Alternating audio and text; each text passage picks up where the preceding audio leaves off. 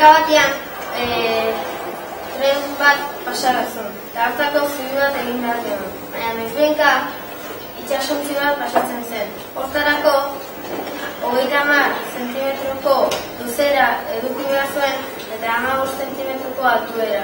Trenak ordea kilo bat pisatzen zuen. Ondo, funtzionamendu aprobatu deu. Menezu kilo erdi bat, eta beste kilo erdi bat, kilo bat. Jarri baina.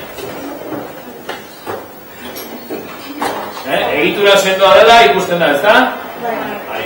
Baina ikusten zago neurina. Altueran 15 zentimetro zen, eta baitu. 15 zentimetro. Zabaleran, 30, eta 28 kilo daude, zurua. Bai? 28, 29. Zein da arazoa? Aurrekoan komentatu nuen bezala, 30 kontatzen da askotan kanpoko neurri bezala, eta barrukoa izan barru 30. Orduan, zabaleran eskasi amarra hortxe dago. Itxasontzia justu pasako litzatekea.